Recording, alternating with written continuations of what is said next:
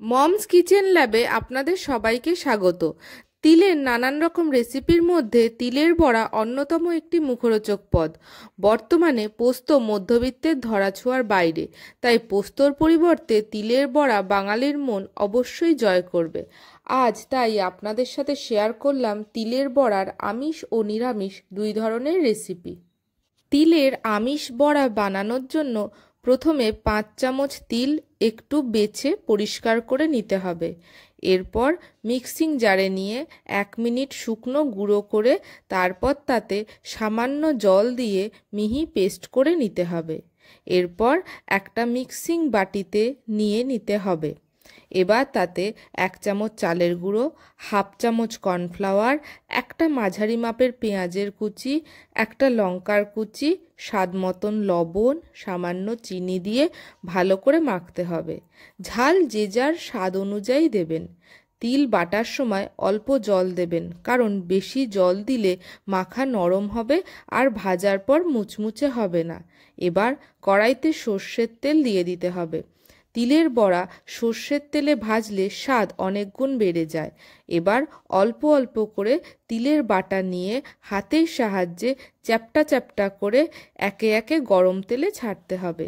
তারপর ধিমে আঁচে সময় নিয়ে উল্টে পাল্টে ভাজতে হবে। আঁচ বাড়ালে বাইরের দিক পুড়ে যাবে আর ভেতরের অংশ কাঁচা থাকবে। বড়ার রং লালচে হলে বুঝে নিতে হবে বড়া ভাজা হয়ে গেছে। এবার তেল থেকে ছেঁকে ছেঁকে তুলে নিতে হবে।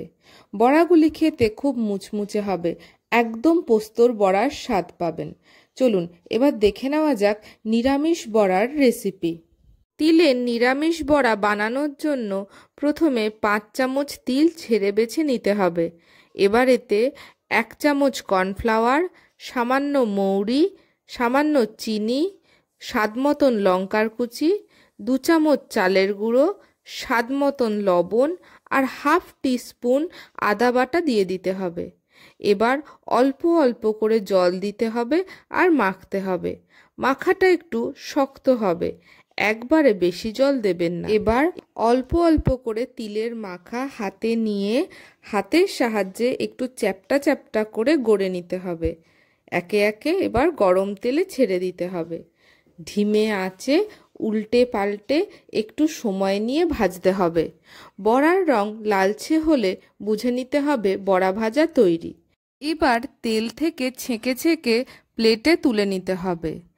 বড়া প্লেটে তোলার সময় গ্যাসের আঁচ সবসময় বাড়িয়ে দেবেন, এতে এক্সট্রা তেল বড়া আর অ্যাবজর্ব করতে পারে না।